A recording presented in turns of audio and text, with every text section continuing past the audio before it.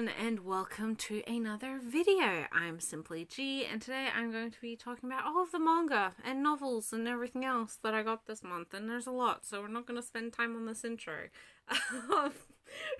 Strap in, guys, because there's just a lot to talk about. I'll try to be quick, but we all know how that always goes, so I'll get straight into it, and I hope you guys enjoy.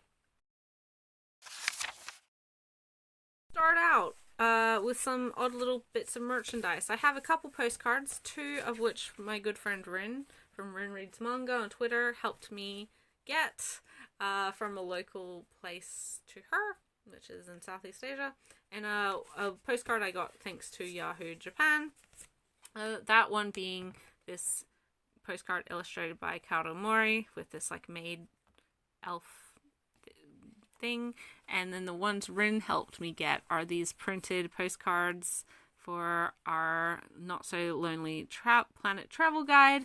A recent BL that I started reading has been put out by Tokyo Pop and that I fell in love with, and I was like, hey, wait a minute, you know where you can buy merch for this series? Please help a girl out. And she did, so many thanks, Rin. Apologies, it was a bit of a kerfuffle. But yeah, super cool, super wonderful, and nice to have just little bits and pieces.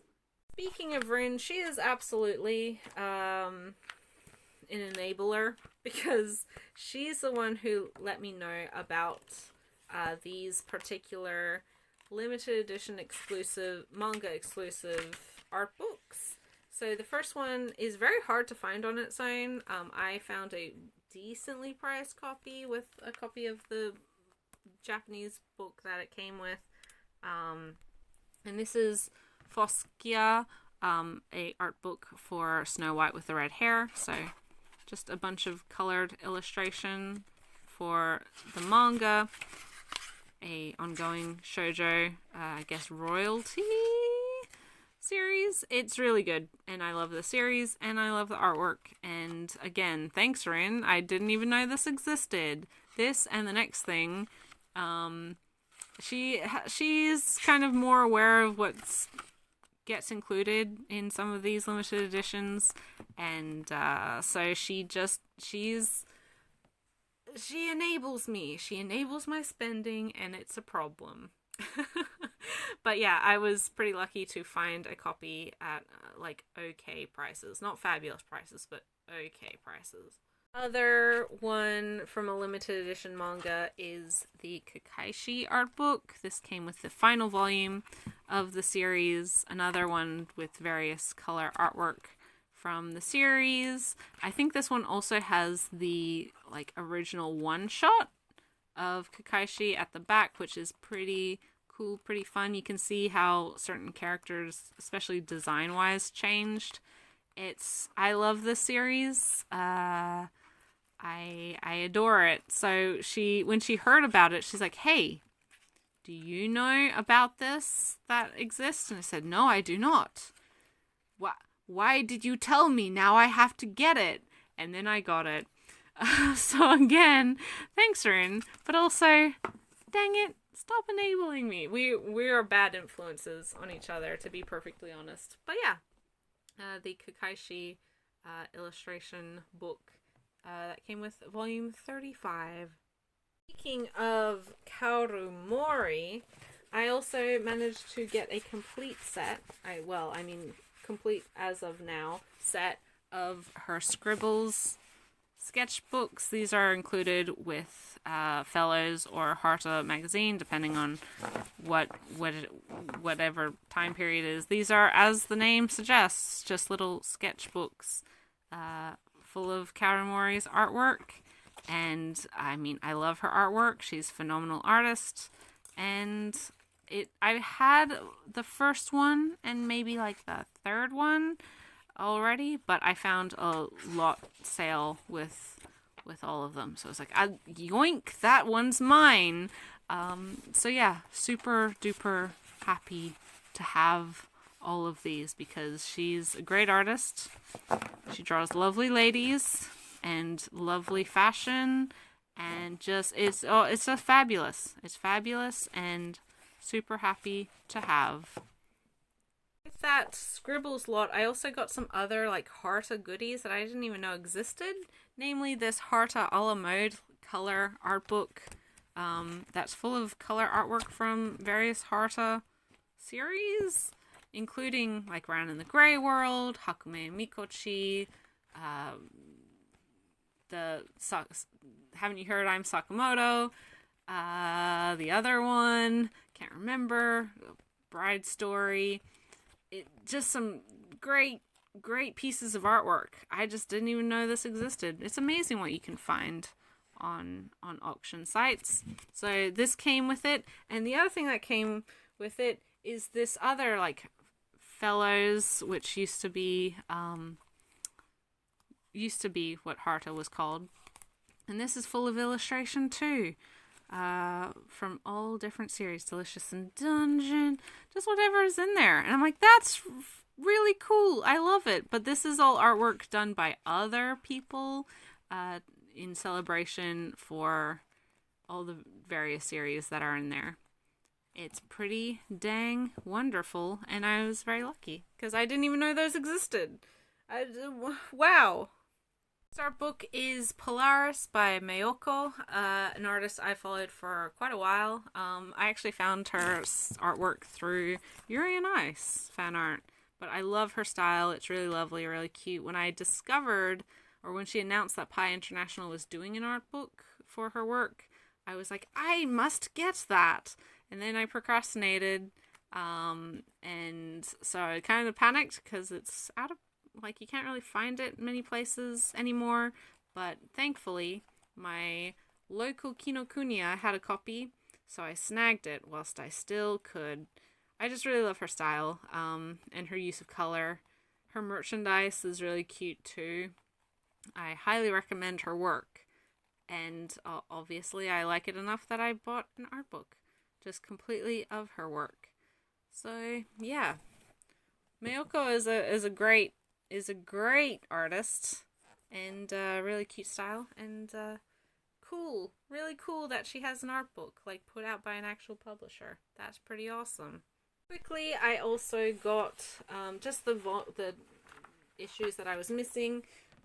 Issue 8, 9, and 10 of the Bubble zine. Really cool independent fanzine about comics and everything to do with it. I highly recommend it. This one in particular has a Jocelyn Allen interview. This volume 9 has one about Koyama Press. There's just some really interesting, cool little bits and pieces with this fanzine, and it's super cheap. I mean, fanzines aren't super expensive. Just lots of really wonderful information and insight with the comics industry, and especially like alternate or indie comics, stuff that isn't, mainstream manga stuff. Highly recommend. So out the gate, we're doing a camera angle adjustment because we're going to talk about the only thing that I think like 70% of video watchers will care about, and that is Berserk, the deluxe edition. I'm only showing off the first volume. I actually got volumes 1 to 7 this month. Okay, so longtime viewers or subscribers of the channel know that I'm not like infatuated with Berserk. I don't hate it. I've never hated it. I've had great respect for the creator, and respect for the influence that Berserk has had, but it's never something that like immediately appealed to me. Although in saying that, I've always taken an attitude towards some very popular stuff as to I should try it for my own opinion. There's obviously a reason why this is popular. And although having read a little bit, like one volume of Berserk in the past, I did want to give it a proper shot at some point. Unfortunately, as I'm sure everyone watching is aware, Kentaro Miura recently passed away at the beginning of the month. Very sad. Huge loss of talent, and just typically generally seemed like a pretty nice guy, a pretty decent dude, but suffered from some pretty major health issues which were exacerbated by by his manga, and just the typical normalization of bad health with mangaka, and so it was a series that was constantly going on and off of hiatus. But with his passing, I think most people know, or most people were then spurred to celebrate Berserk in however way they could, and all of these deluxe editions were flying out of the gate across bookstores, I'm sure. So what I did, I purchased the first two deluxe editions because I was like, that will give me a solid start. If I don't like it, then I'll sell them. You know, there won't be a big loss on my part, but it gives me like a decent chunk of volumes because these are 3-in-1s. I know that the first like proper story arc starts in like volume 3-ish. So yeah, and I know that people are like, oh, you need to get to that arc before like it gets good. The first part's kind of not as good. Anyway, so it's like, okay, I'll do that. And I did that, sat down, read it, and wow, I do really like Berserk, right? And I didn't expect to not like it. I will preface this. I'm not in love with it. I don't think it's the best thing that's ever been written. I don't think that this is going to become my new favorite series of all time. For multiple reasons. But just namely that dark fantasy is, I guess, fine, but and this is huge. Like, if we're talking about influences, this is hugely influential across the board for dark fantasy, but a lot of like just it's not changing my life, right? It's not. I've experienced enough media, I've read enough books, I've read enough manga that this isn't like the be all end all for me. In saying that, it's not a criticism, it's my personal opinion, and I did enjoy this. Or, well, I was captivated by Berserk, and thus I continue to buy more volumes. I bought all of the volumes that I could off of Amazon. There was 2 or 3 that I couldn't because they were out of stock, and considering that the whole world was trying to buy them at the same time, I was like, I'm probably just gonna have better luck if I buy them locally. So I bought, I think, volume 4 and 5 from local comic stores here, and over the course of like 3 days, I read all 21 volumes contained in these 3-in-1s. And if that isn't a sentiment of my investment and my interest, then I don't know what is. So, preemptively, I don't really think Berserk needs an introduction. It's, it's so popular, so well known, but it's the story of Guts, somewhat of a story of revenge against his former companion, Griffith, who betrayed him and his group in order to become like this demonic leader, godlike creature. This is a dark world where, rape and violence and war and demons are kind of the norm. Demons aren't so much the norm, but recently they've been the norm. And they are...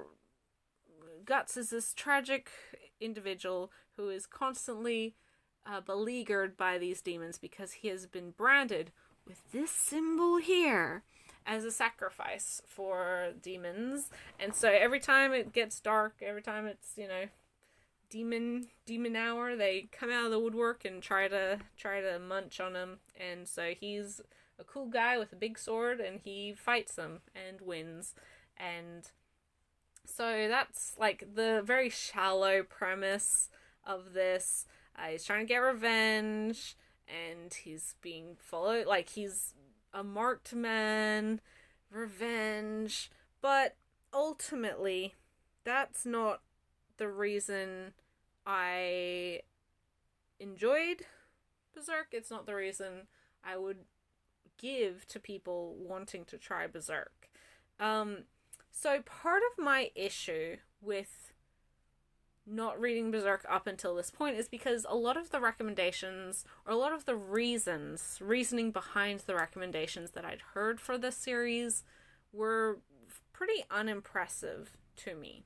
Like, guy with big sword and who fights good is not really something that piques my interest. And I know there's plenty of people who I'm sure have done more nuanced recommendations than that, but pretty typically across the board, that was the sentiment that I would always seem to get from fans who would like encourage other people to read this.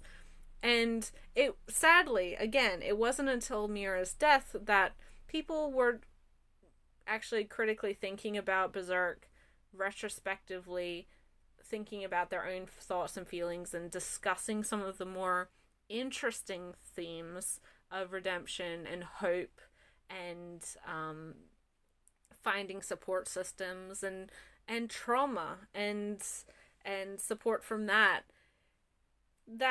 I wasn't even aware of half of that. Nobody told me that. Like, why did nobody tell me that? Why did the man have to die for me to find out about that?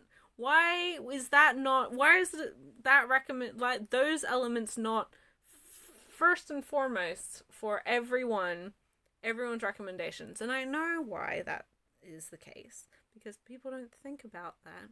And also, they just prefer Guts to be a guy with a big sword. But, like, he can be a guy with a big sword and also a rape survivor, which is what he is. And that's really interesting. So first and foremost, Berserk is very good, with the caveat that it has every single trigger warning that you could ever think of applied to it. Notably, obviously, like violent sexual assault and rape, just straight up gore and violence, just a lot of stuff, a lot of nudity in the series, which isn't inherently bad, but there's just a lot of it, a lot of sex, a lot of nudity, a lot of violence, a lot of people getting their heads cut off and cut in half and things like that, and a lot of rape, right? And I appreciate, and I think most people appreciate, that it's not glorified rape. It's not written to be like sexy or interesting or whatever. It is a traumatic experience to the character within universe. It's handled really, really well. But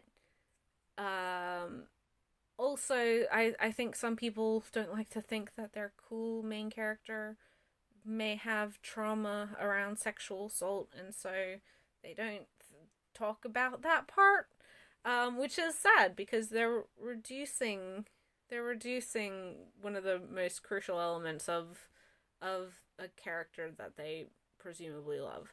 Regardless, this is not a series for everyone, and I abhor people who think that they can recommend it willy-nilly, because for me, like, I personally don't have issues with well-handled dark topics. We know this. I don't have I'm not a prude. I don't have issues with any of this stuff. I don't have issues with violence. I'm an Erogura fan. Like, this is not something that worries me, but I will say that if it is something that you have issues with, that you have trauma with, that you are just don't like seeing in your entertainment, Berserk's not for you, and you shouldn't force yourself to read it just because, or watch it just because everyone says that it's super good. That being said, I did like this. I will continue to buy these editions. I don't know, I think obviously right now it's very up in the air as to whether or not we'll ever see any more Berserk. Not because, I think there's a whole bunch of chapters unreleased or anything. I don't think that's the case. But just because of how Miura has set up his studios, his assistants, there is possibility that it could continue. And I don't know. It's a little bit divided on to whether or not that would be a good or a bad thing. I think ultimately, and what I presume will happen, is that the final chapters that haven't hit Tankobon yet will be collected. There might be a final chapter that is released by, like, with his notes and with the ideas and whatever, completed by his assistants, and then that just be it, or just have it end where the last chapter was, the final chapter that he put out, or potentially a continuation with his assistant studio that he set up.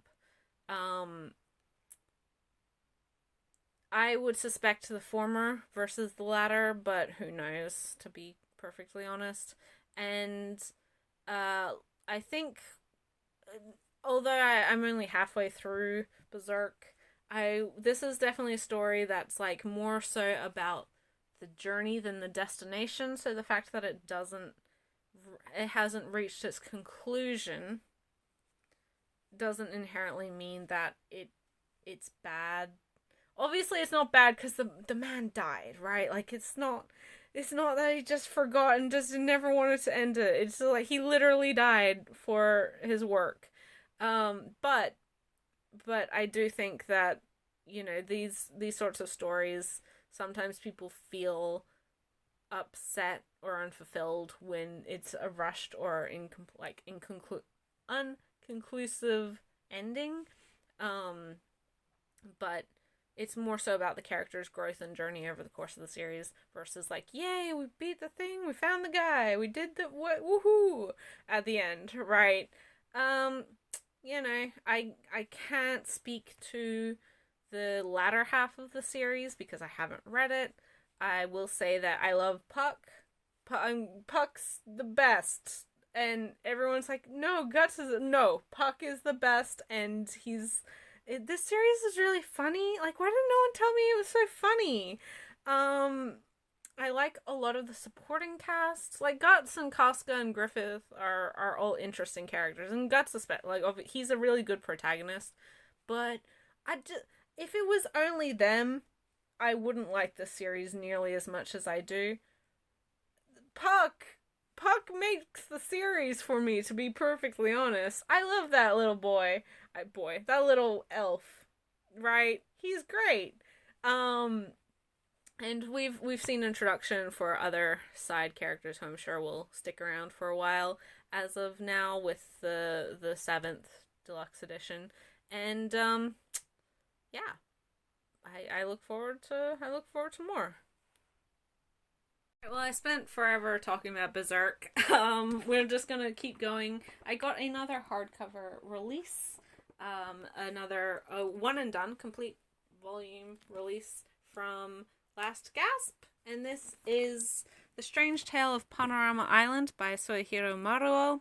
This is a manga adaptation of the novel about... there's a lot of sex in this one as well. But Maruo is a pretty prominent eroguro artist. He's had some of his stuff in English before.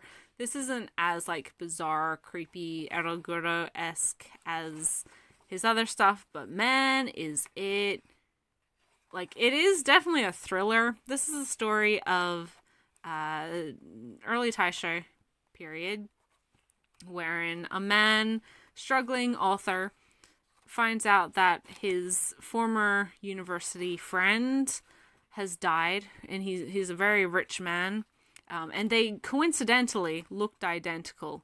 So this struggling author, who is obsessed with like utopias, he decides to take his friend's identity, steal his identity, pretend to be this guy, resurrected from the grave, like, oh no, it was just a medical emergency, I didn't die, I was just in a coma.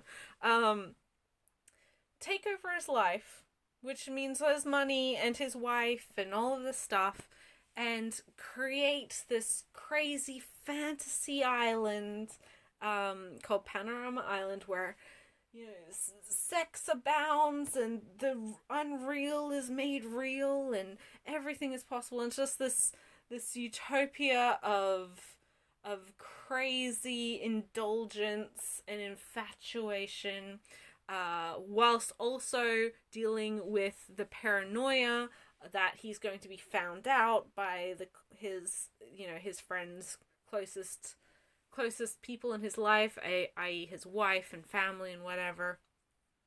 And also try not to be found out that he stole this guy's identity and has been living a lie. It's good. It's really good. It's one and done. It's based off of a novel by Edgar Allan Poe, and it's nice that this is back in print from Last Gasp. I would encourage you to buy it from Last Gasp's actual publishing website versus like Amazon or whatever, because I'm pretty sure that there's people trying to sell overpriced copies on Amazon versus like you can just get it for retail at Last Gasp's website. I've been meaning to get this for a while. I saw it for cheap. I actually got it from Amazon, but that was because it was fulfilled locally, not the US side. So I paid, what I would expect for this normal price. And it was really good. I've been meaning to get it forever, but I just procrastinated, and then it went out for a print for a while, and I was sad, but then it's back. It's still available, so get your copy now whilst you can. Hardcover manga that I got for this month is the second perfect edition of Soul Eater.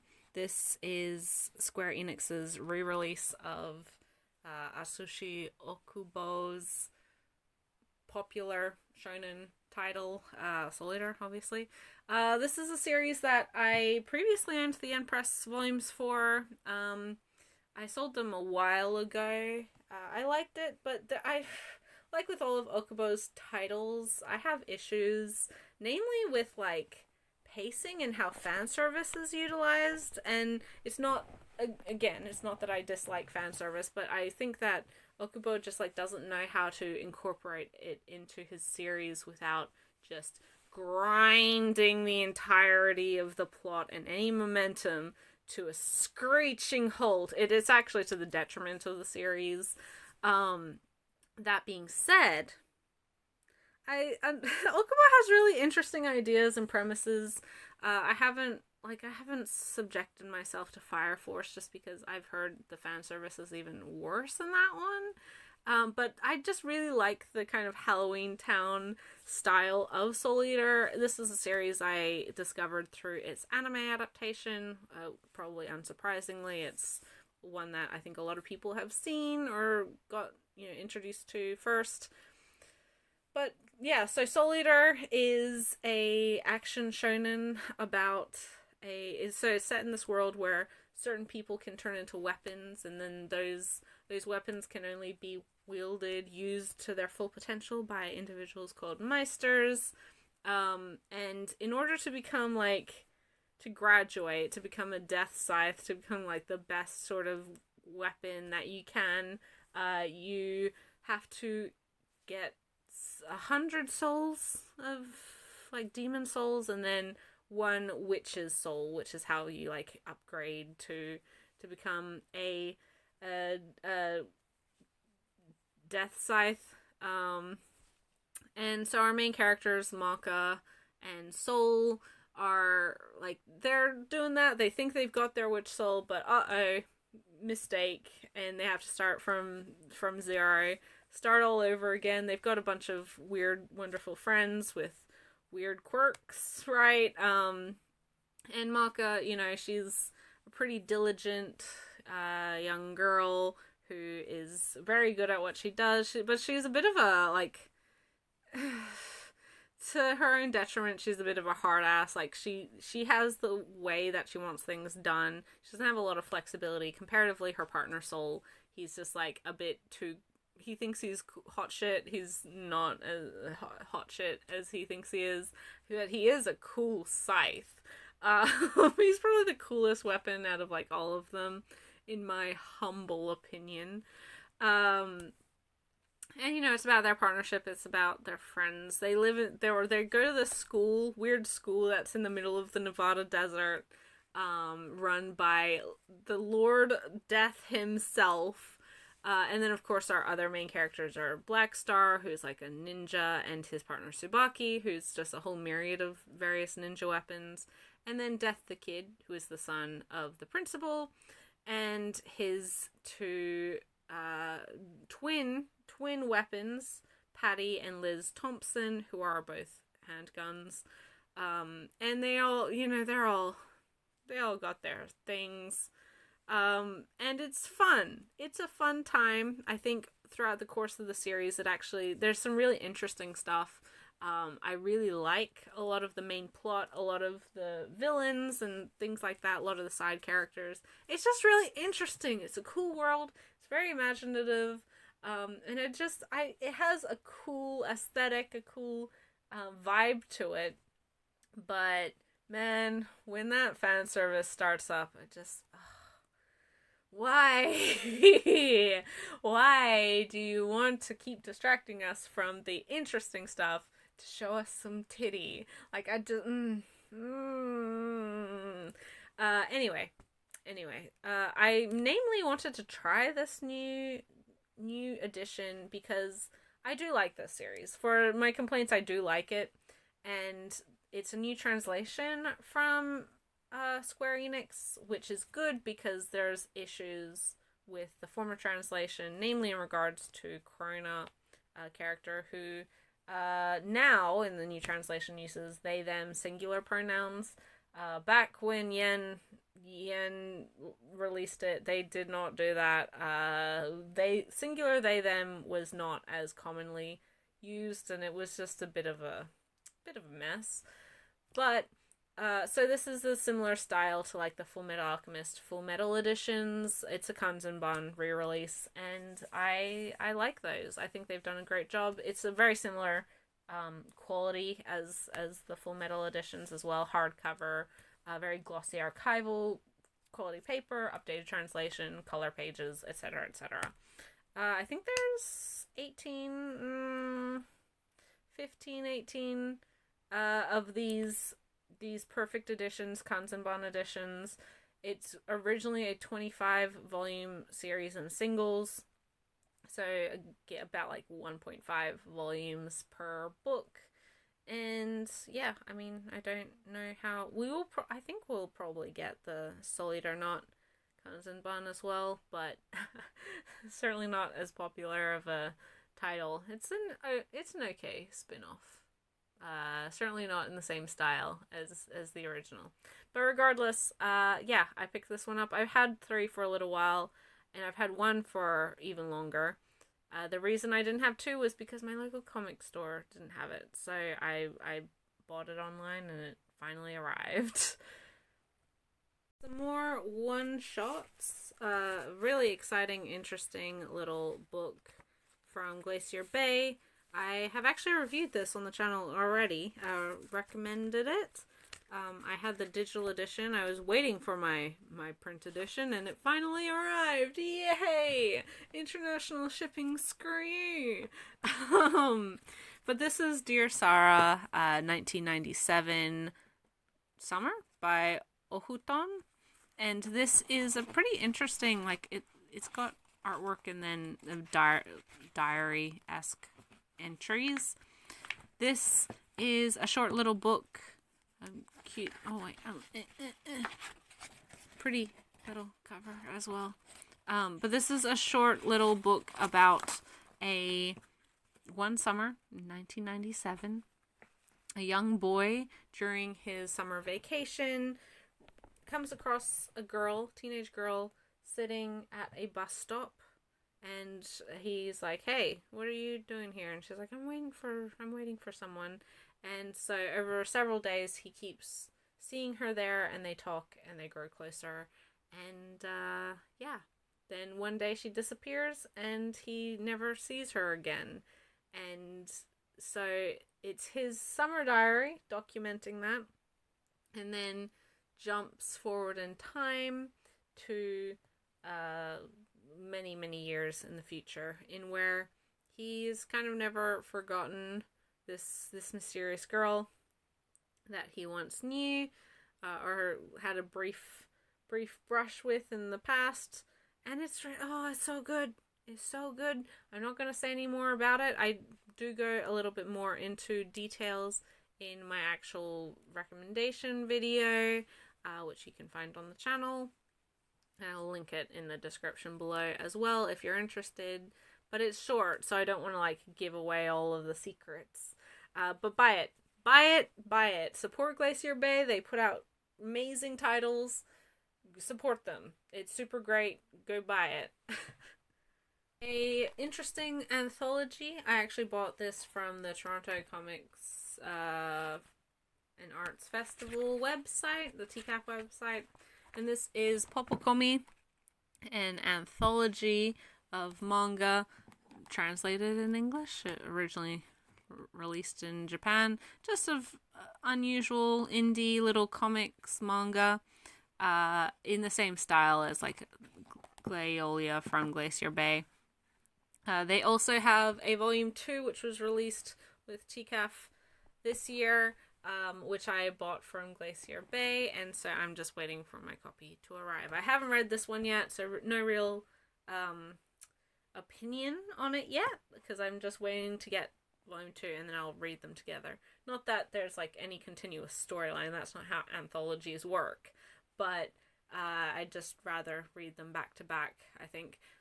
Mississippi has had their stuff published in maybe Glaiolia, in another title book that we've gotten previously, but I think everyone else it's their first time. I may be incorrect on that. Correct me if I'm wrong. But yeah, super happy to have this. Looking forward to getting the second, and yeah, I think TCAF still has copies on their website if you're wanting one for yourself.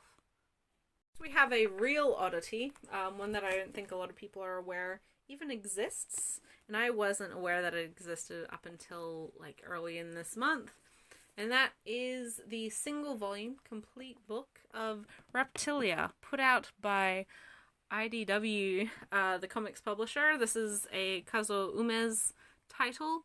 And you can tell, you can see, look at this cover. Alright, look at this cover. This came out in 2006, 2007. This is the only manga that IDW ever put out, aside from some like Transformers stuff. But I think they were wanting to break into the market. And they chose Ume's, who, like, honestly, good for them. That's a great choice, except they're like, this isn't gonna sell. This isn't gonna sell as is. Nobody's gonna pick this up off the shelf. Look at it, right? And so like, we will make a new cover, and thus they did. And ew. Personally, hate it. Not cool. Because I understand why they did it.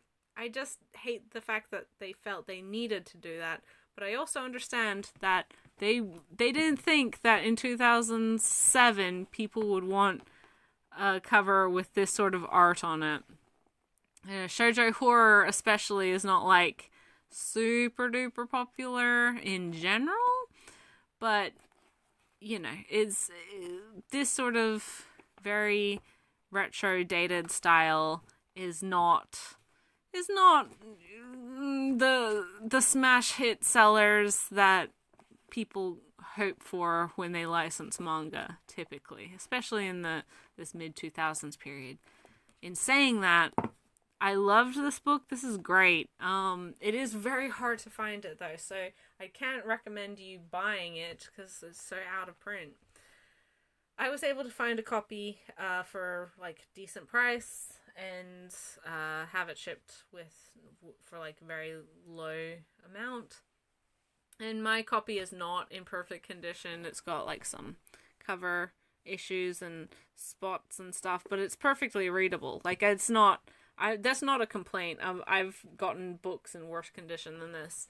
But okay, so this is the story. It's 3 chapters long, each one relating to this scary snake woman and a couple different little girls, namely one.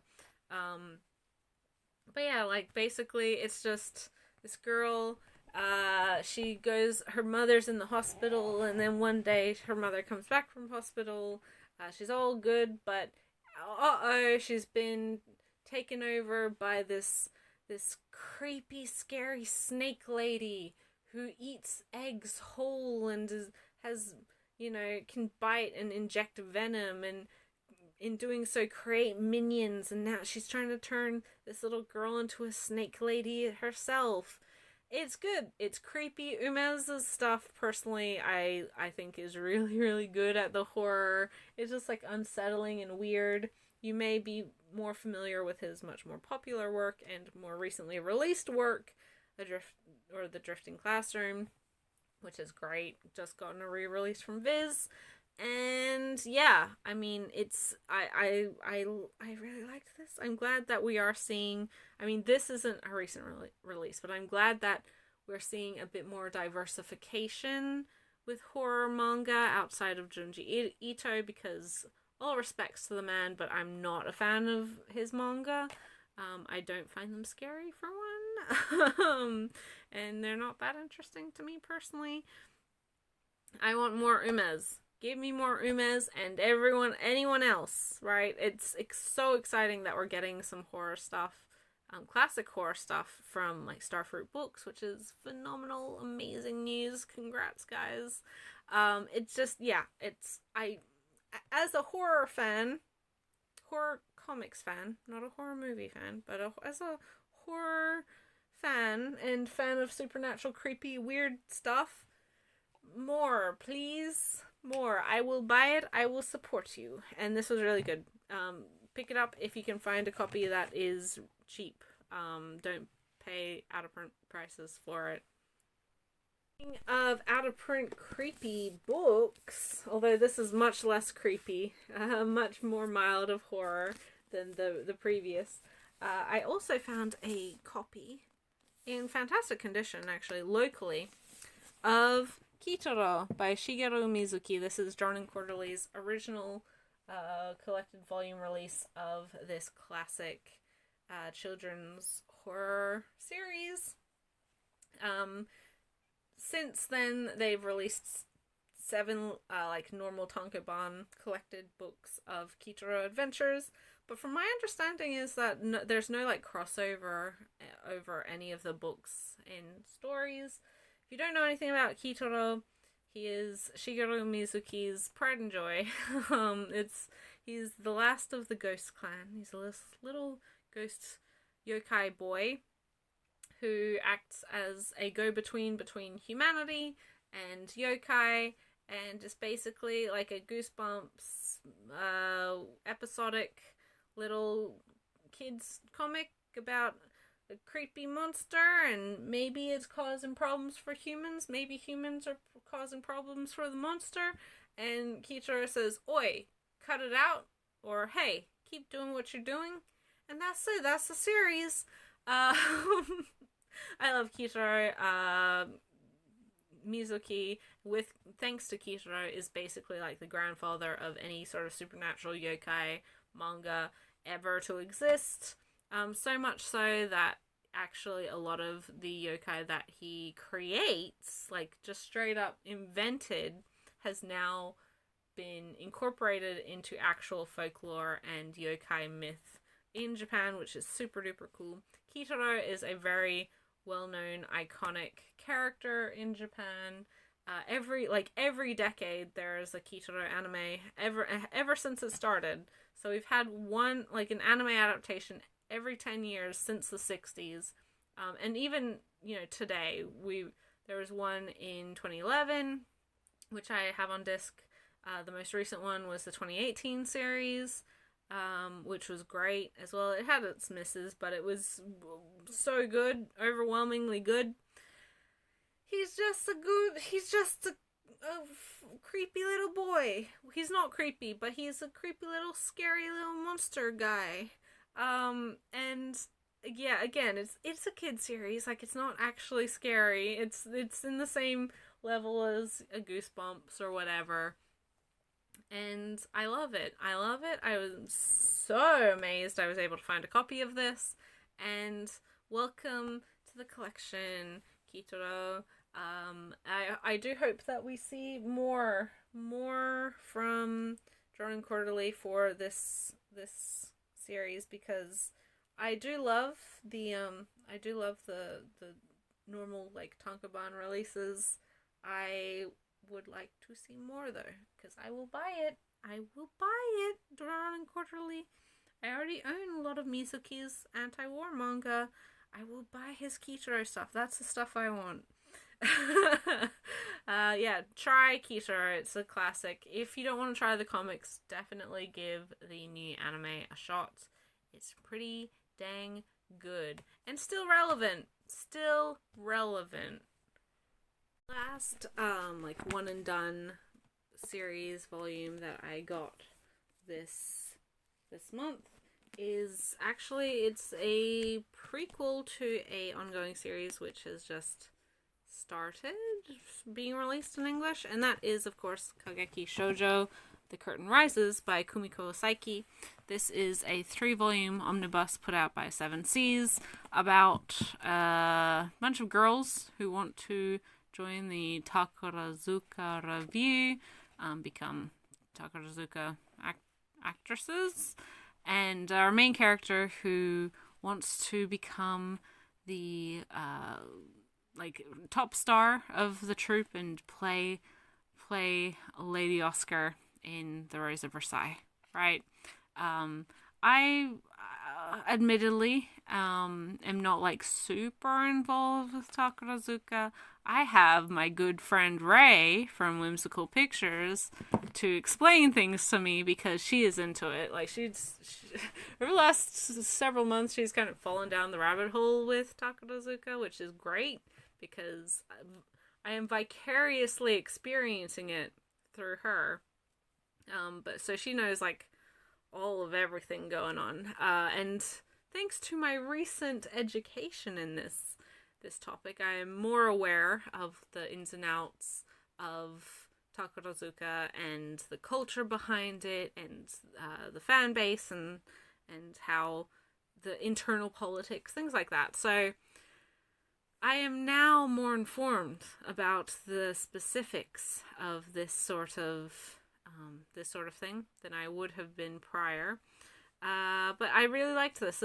It's the sequel is kind of a soft reboot as well. But we're following the same characters.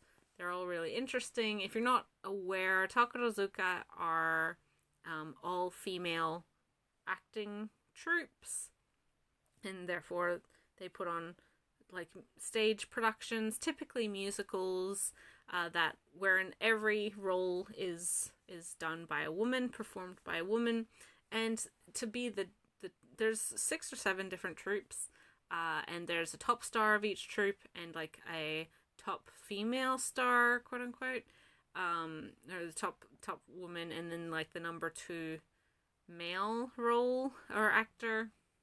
So top star means that obviously they're all women, right? But top star means that you are regarded as the star of the show in the troupe. You get all of the main leading roles.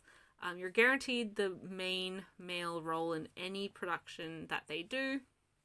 The top like the lady star always gets the main female role in whatever production they're doing. So those two are always the headliners up until they retire and phase out of the sphere. And then the number 2 always gets like the main male supporting role. It's a hugely popular, predominantly female focused fan base. Very popular, has been around since the 30s.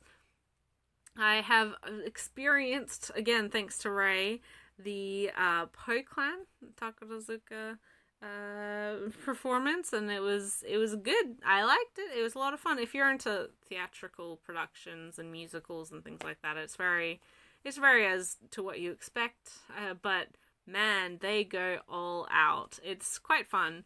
But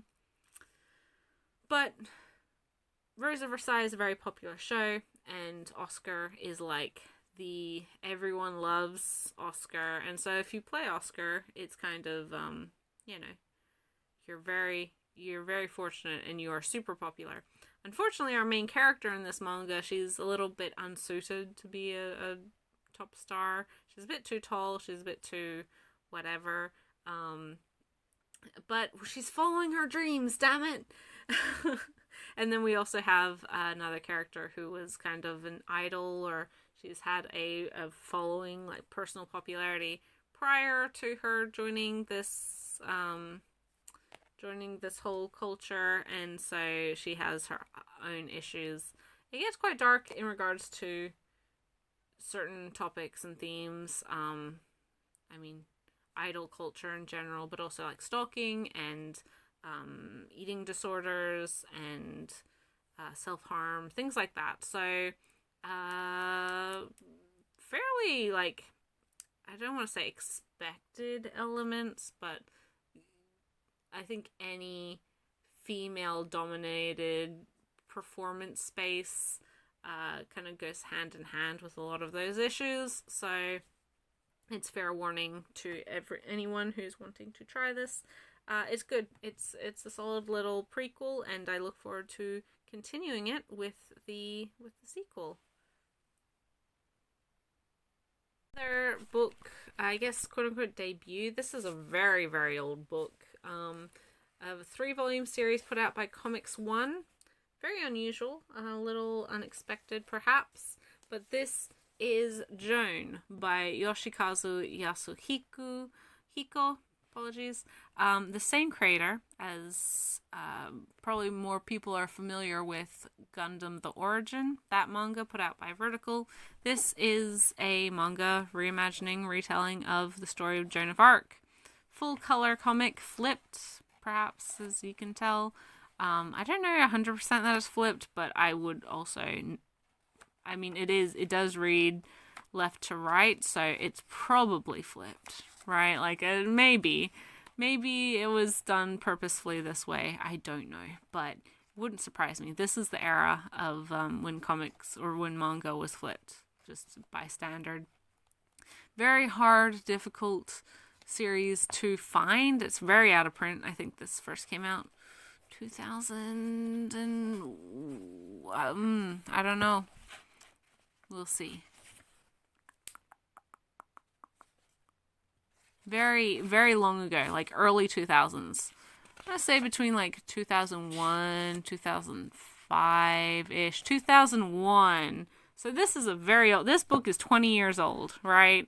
I do have the other 2 volumes coming in the mail. I was able to find them for not crazy out of print prices, which is very, very rare. So another one that I can't inherently recommend everyone go pick up, which is sad because it's pretty cool, and I think a bit more, like, I'm personally not interested in the Gundam The Origin manga, but this I'm interested in. Joan of Arc is definitely a historical figure that has inspired and intrigued a lot of people throughout the centuries. If somehow you don't know who Joan of Arc is, she is a real life person, was a real life person, who became, like, led the French troops. She claims that she had talked to God, got messages from God, in order to help the French win in the 100 Years' War against England. Obviously very devout young woman, rallying the troops and whatever else. Ultimately, she was captured by the English, put on trial as a witch and heretic, and was burned at the stake. Yay! But obviously, because of that, she became a martyr and was ultimately sainted within the Catholic Church. Sad short life for this young girl. Died at 16, 17, but is kind of the truest testament of female leadership and faith and devotion to her people, her country, her God. you know, she's a fascinating individual, and I can absolutely understand why people have been interested for her so long, and I'm looking forward to getting into this manga. So once I have more of it. Next, some series I completed this month. I was able to, well, thanks to it arrived in my US proxy box, I was able to get volumes 1 to 3 of Holic Ray, which is the sequel to the original Holic by Clamp. This is the direct sequel. 4 volumes as of current, been on hiatus forever. Although there's been murmurs that it may be returning, and I would expect that to be the case, if true, to happen after Clamp wraps up Clear Card, a card captor Sakura Clear Card, which is their current major project. Holic, I've said in months past, is my favorite Clamp title. Again, there's another creative group and individuals who I have great respect for, great respect towards the influence of their titles. Not the biggest fan. I'm not nostalgic for a lot of their stuff. Personally, a lot of their stuff just doesn't jive with me.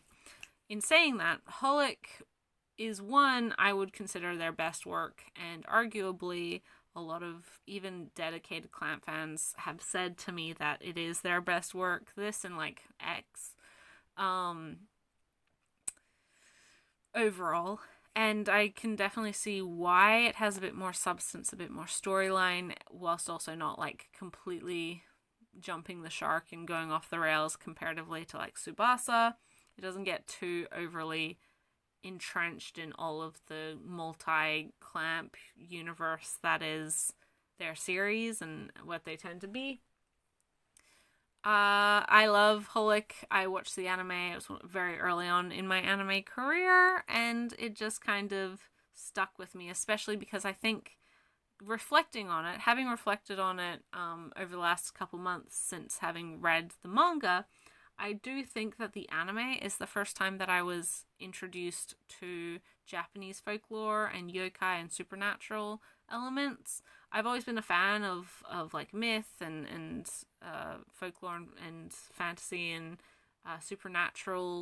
cultural supernatural stories, but you know, as a baby anime fan, I didn't know very much about Japanese yokai and Shintoism and things, so this was kind of my introduction, and I really, really love it. Watanuki is our main character, this guy in glasses. He is great. I compare him to Natsume from Natsume's Book of Friends. He has a bit more of a bratty attitude, but similar in that he's a orphaned teenage boy who can see spirits.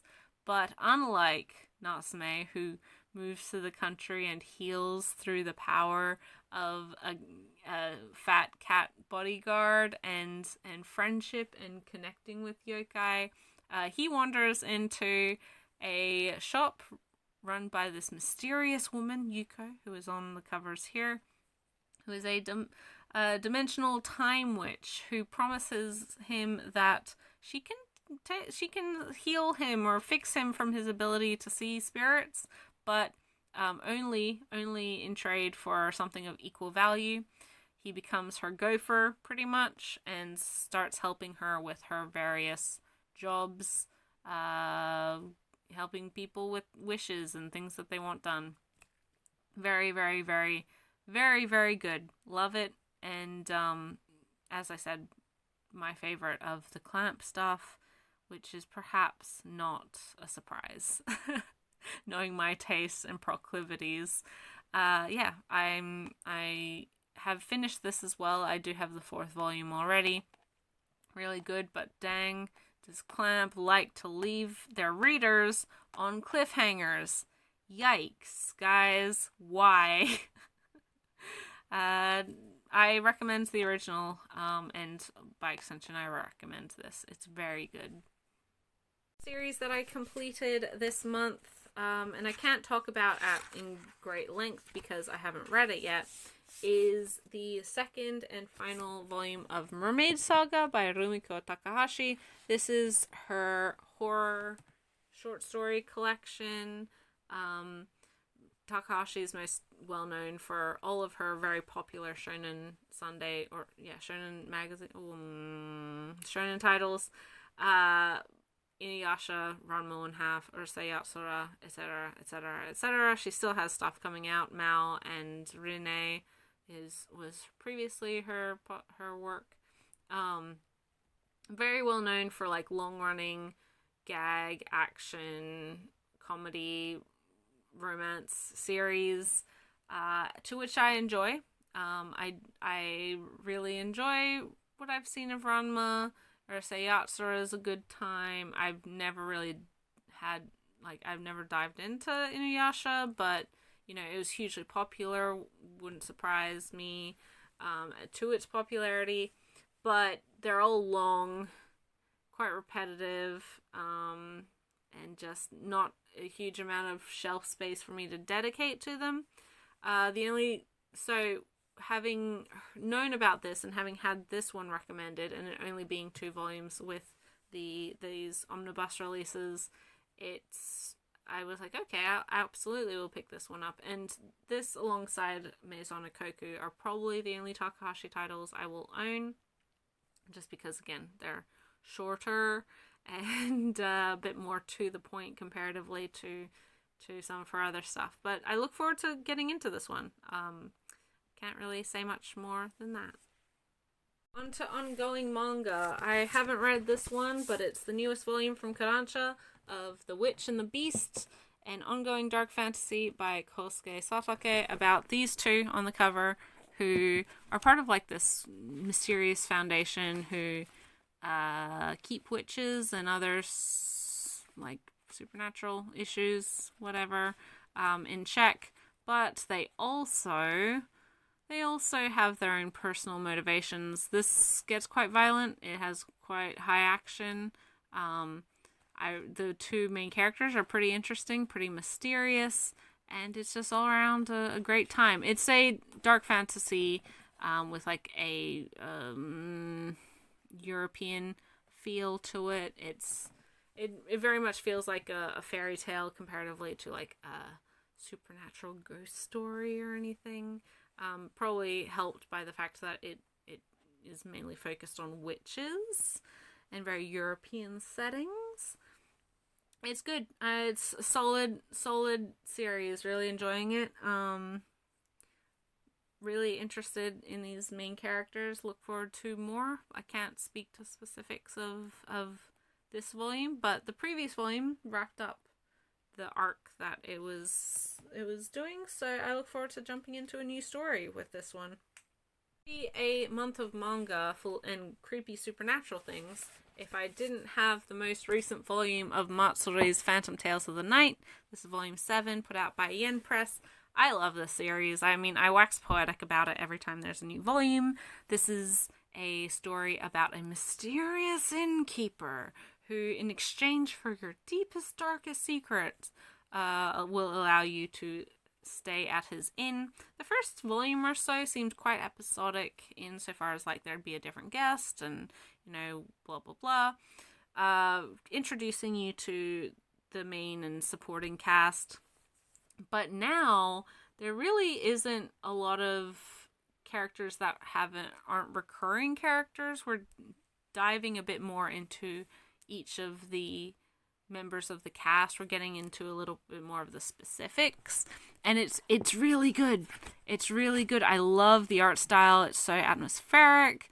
I think there's just such a really interesting dynamic between a lot of these characters, human characters, and then like the supernatural characters and their relationships with each other and love and or hatred they have for each other. It's just so intriguing.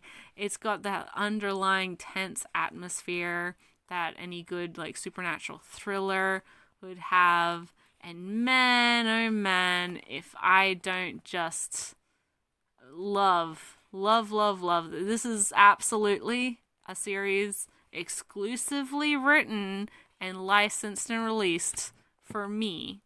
I don't care about anyone else, just me.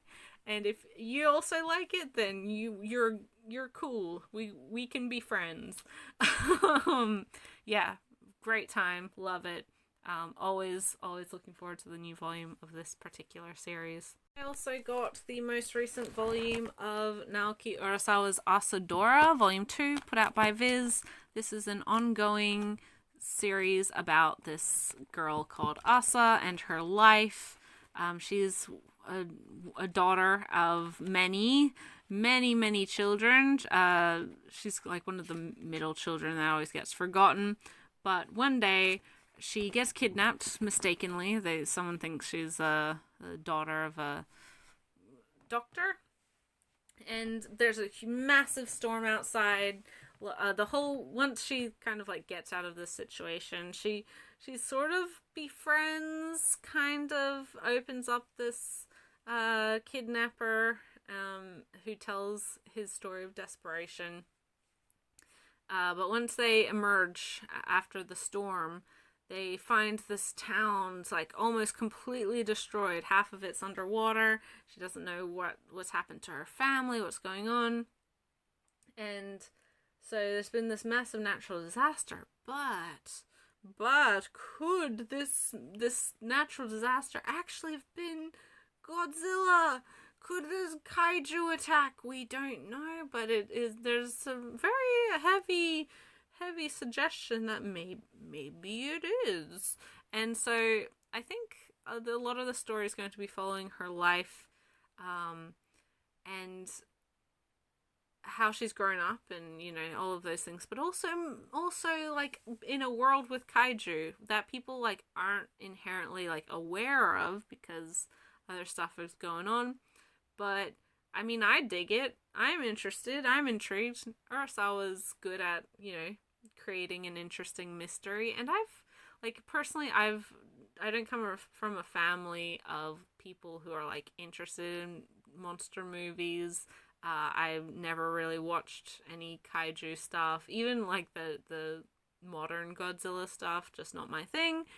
But alongside a lot of the reimaginings of like tokusatsu stuff and whatever, I do find it interesting when current day there's attempts to rejuvenate interest in old media or old media styles as well. Obviously, we've just like literally this week, Godzilla SP has just started on Netflix, or has just been released on Netflix.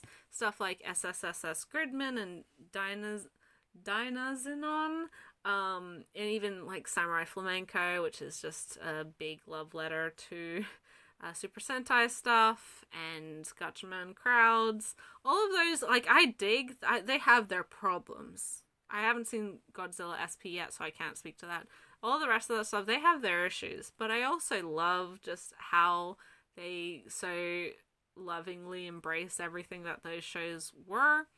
And so I'm ready and willing to experience whatever. And I liked the first volume. Urasawa writes really great female characters, which is always a plus. So I'm looking forward to following Asa's story.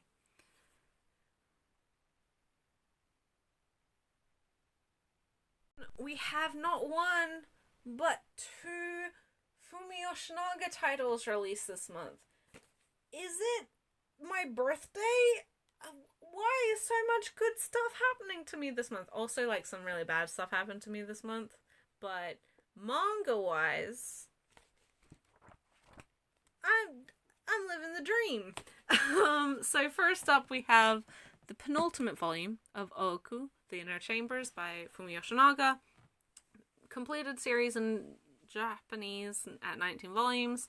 This series is a alternate history reimagining of Japanese history, wherein after a terrible pox disease that wipes out a vast chunk of the young male population, especially those under 20, Japanese society has had to adapt, and thus women are put into the positions of great power. thanks to that, the current emperor and multiple generations of emperor are women. And obviously, when you have a female emperor, the inner harem, aka the inner chambers, can't be full of pretty ladies. They gotta be full of pretty men because that's how we get heirs. So it's a really, really interesting alternate history feminist piece. I love it so, so much. I'm a big Yoshinaga fan anyway, obviously. I don't make a secret of that. She's my favorite mangaka of all time. But this series just combines so many things that I like. Historical setting, feminist, alternate history, just there's a lot of cool stuff. A lot of particular cool character moments. It's really strong with the political commentary and discussion.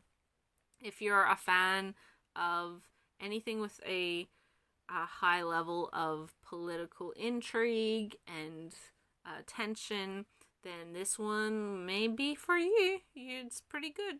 The one caveat to the series that I always make is that the language that used for the translation is this fake, like Shakespearean-esque English that is not consistent. So it can take some time to get used to. And I know that for a lot of people it's very much a miss rather than a hit.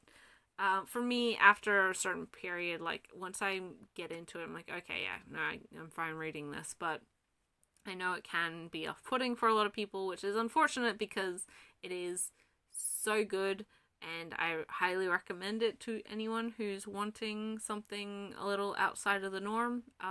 Super popular in the circles that it occupies. It's had a drama adaptation in Japan. It's just super duper good. One of the middle arcs made me sob. Yoshinaga's great at balancing like really hard hitting emotional drama and just really funny light-hearted stuff. And Oku is no exception to that. But also, then we have political plots wherein, people are trying to murder each other because they want their child to be the next ruler, or they want this person to get married to that person, or they're trying to angle themselves so they have more political power. It's super great, and I also really appreciate, I've said it again before in regards to the series, I just appreciate that, I know some people balk whenever the word feminist comes up, but I like the fact that although this is like a matriarchal society, the world's problems are not automatically fixed. Life doesn't inherently get any easier, and the world isn't being run any better than it would be when men are doing it. Women can be as jealous, conniving, scheming, evil as men, so I do appreciate that it's a pretty nuanced and balanced look at that. It doesn't get into like, oh yes, women automatically created this utopia. All you have to do is get rid of men. It's not that. It's not that. So, don't be afraid that it's that, because it's not. Yeah, Oku, great. Pick it up, especially considering this is the second to last volume. So, what are you waiting for? Yoshinaga title that I got was, of course, What Did You Eat Yesterday, Volume 15, put out by Vertical. I'm sure put out by Kodansha from here forward. This is an ongoing food manga, pretty much, about a gay couple in Tokyo and the various meals that they eat together. And then also, like, their life together, some of the domestic stuff they get up to, their work, their friends, and various issues in regards to being a older person, because they're both in their like early 50s throughout the course of this, like late 40s, early 50s throughout the course of the series. So issues that arise when you are not only like a older gay person, but just an older person in general. There's some issues that are unique to queer experience. The idea that you might not have children to look after you once you get to a certain age. The fact that you don't necessarily have the security that, or your partner might not have the security that they would if you were a heterosexual couple, blah, blah, blah, blah, blah. But also, there's just like some universal things, like the fact that you get to a certain age and people start, rather than, going to weddings and baby showers and whatever else, you start having to go to divorce proceedings and funerals, and your friends and your family start dying, and that's really sad. And some of your friends will have grandkids and some won't, and you get more hyper aware of your health. You start realizing, like, wait a minute, I can't do the stuff that I used to be able to do when I was 21. And all of those things are very prominent. And I love this series. It is the best example of a established couple, domestic situation. These two have been together, 15 years at this point, so they've been together forever, and they act like a couple who has just been together for a long time. They're not, sappy, romantic, lovey-dovey. They give each other shit. It's very much an opposites attract situation with these two. They have very different personalities, and they get on each other's nerves. They can be a bit, pain in the ass to each other. They argue, but then ultimately, they make up and they spend the time together. And a big part of the series is connecting with people who are important to you through shared meals. And that's, I think, a big part of all culture, is using food, using that time spent preparing a meal and enjoying a meal with other people as a way to connect with the people that you care about. It's great. I love it. There's some great recipes. I really appreciate how, like, down to earth the cooking in the series is. It's very detailed insofar as, like, it gives you a recipe. Like, it's just a recipe in manga format, but in a way that you don't have to buy anything that's super expensive or unusual. Shira, our main character, who's the real chef of the pair, he's always looking at, like, what's seasonal, what's on sale. He's thinking about what he has in his fridge or freezer that he can use for a meal. He's very thrifty. He doesn't like spending money for ingredients that he's only going to use one time, which is very realistic, I think, to anyone who's been cooking for themselves and other people for an extended period. It's just realistic. It's realistic cooking. And then, so we have Shiro. He's this character here. He is a lawyer, very good at his job. He's a little bit of a narcissist, hyper aware of how he looks and how he acts. He's for a majority of the series, he's closeted at work. He really doesn't like the gay community. He's not very flamboyant. He has some major personal family issues and deep-seated, like, resentment towards people who are, like, very open and proud and effeminate, especially gay men, which is odd because his partner Kenji is sort of that. He's definitely, out and proud, hairdresser, very effeminate speech. He's always been out. Everyone knows he's gay, like, in very close with his family. So they come from very different backgrounds, and so they have very different issues, and the way that they relate to each other and they relate to the gay community as well is very, very different. But again, they are together and they support each other and they care about each other, and I think that's a really positive sentiment. It's great as well because it's nice. As much as I love LGBT stories, whether they be BL, like just queer manga, girls love, or yuri, a lot of them focus on young people, teenagers, people in their 20s, and not so much on people who have been in a relationship for a long time. And I think just queer stories need to be, they show that, yes, they last they can last, and you can find your life partner, and you can get old and gray with somebody who you care about if you're not, you know, if you're outside of the heterosexual or cisgender bubble. Like, I think it's positive representation. Yeah, I love the series. Pick it up, buy it. And yeah, What Did You Eat Yesterday by Fumi Yoshinaga.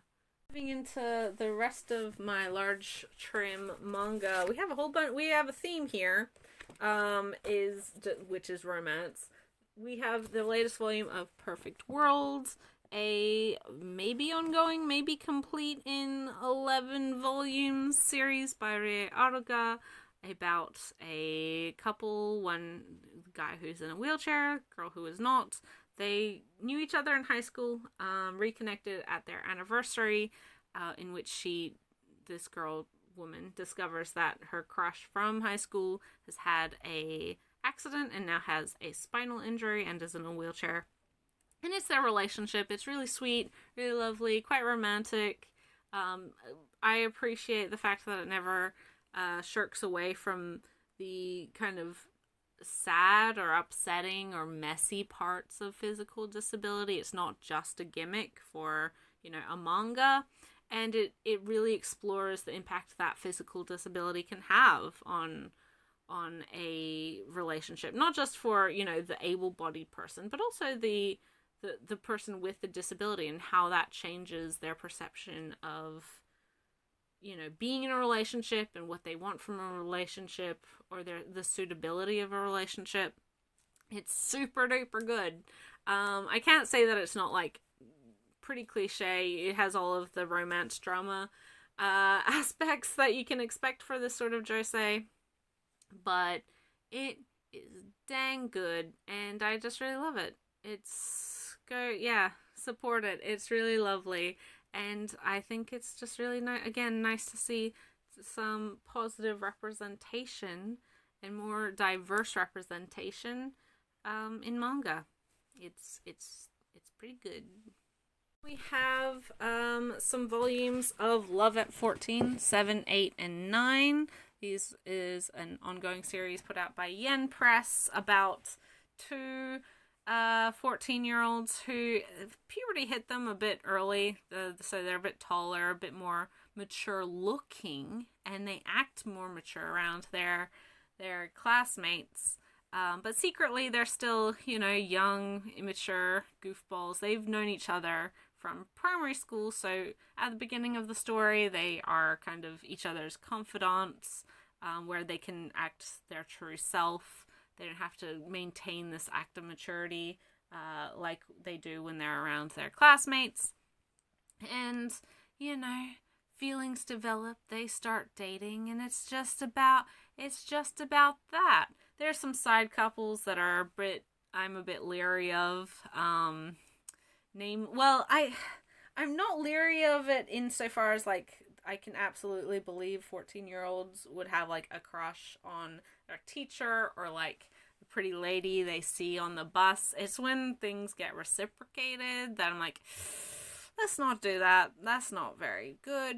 And I haven't read enough recently to remember if those are reciprocated. So maybe asterisks there for where people are very much disconcerted by that. But the main couple, these two, are great. I really like them. It's just fun, like the first love story where you're trying to figure all this shit out, and you think, oh well, when you're 14, everything seems so important, and how you're perceived seems so important.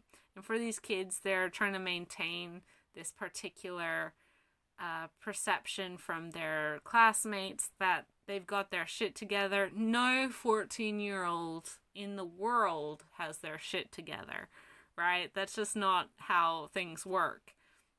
But it's sweet. It's quite lovely. And yeah, I mean, I think the 10th volume's just released. I've had some of the earlier volumes forever.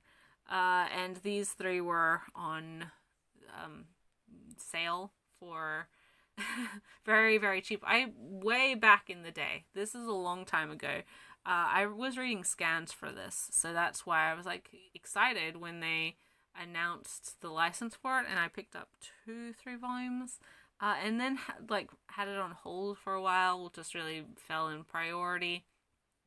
But I've read up to 6 through my library, and the fact that these were like super duper cheap online, I was like, all right, I'll just continue that there. So I will probably get some of the middle volumes that I'm missing over the course of the next couple months, and we'll see how I go from there. Finally, for the large trim manga and for romance manga, I guess, is one of my favorite ongoing, well, it's completed in Japan, but ongoing in English romances from Kodansha. I love this series so much, and that is Sweat and Soap. I managed to find volume 1, finally, yay! And volume 6, which is the most recent.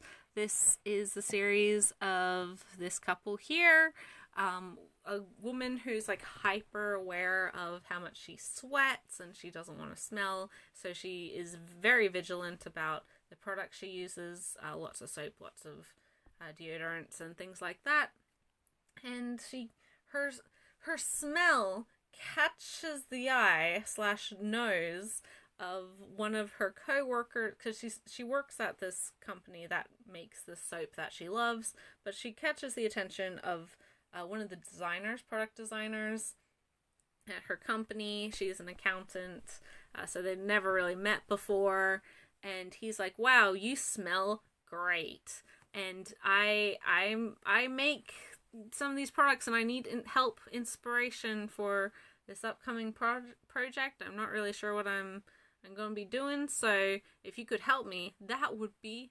fantastic. And at first she's quite hesitant, but ultimately is like pretty keen on helping him. She loves the product, so, and he has been in charge of a lot of the particular products that she loves, so she agrees, and then, they spend time together, and then they start dating, and it's great. Talk about good relationship. I really like the partnership between these two, the communication. It's just great. It's really wonderful. And always nice to have positive romance of all sorts, but especially between adults that communicate with each other, right? Over the course of the series, they've, had their ups and downs, but they're pretty positively on the right track. They're currently living together, just moved in together, with, I'm sure, only upwards momentum from here, especially because I've seen the cover for the last volume, and I know how this ends, which is not surprising and shouldn't be a spoiler, but they're just really likable characters. Our female character, she hasn't really had much experience with dating, so she's kind of finding her footing just in general. Never really had anyone interested in her, and she's been so self-conscious that she's never willingly or put herself out there. And comparatively, our main male character, he's had plenty of girlfriends, but he's never had a really close long-term relationship. Things have just never really worked out because he has been overly focused on his work. He's very dedicated to his job, and so now he's having to put in the extra effort to make sure that, he wants things, they both want things to work out, so they are working together to make things work out, and that's how relationships should be. That's a good relationship.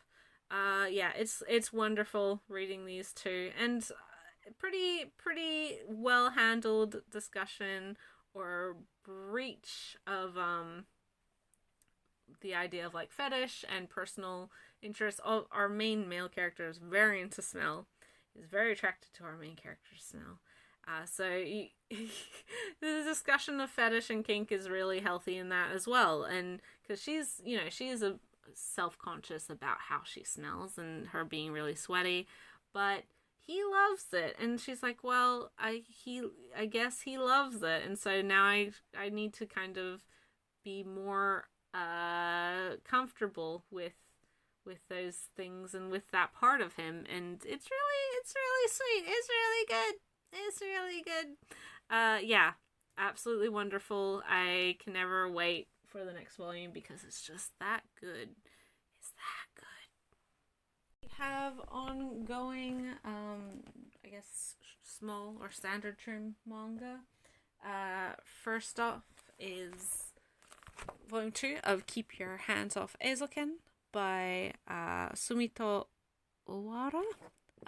This is an ongoing, I believe ongoing, manga about a anime club where these 3 girls are making anime at their school, and it's about passion and interest and the love for animation. It's pretty dang good. It has an anime adaptation, and it was a bit of a surprise license from Discotheque. Dark Horse, but one that I'm happy that we are getting in English, because I don't think a lot of people were expecting it. Good job, Dark Horse. Thank you.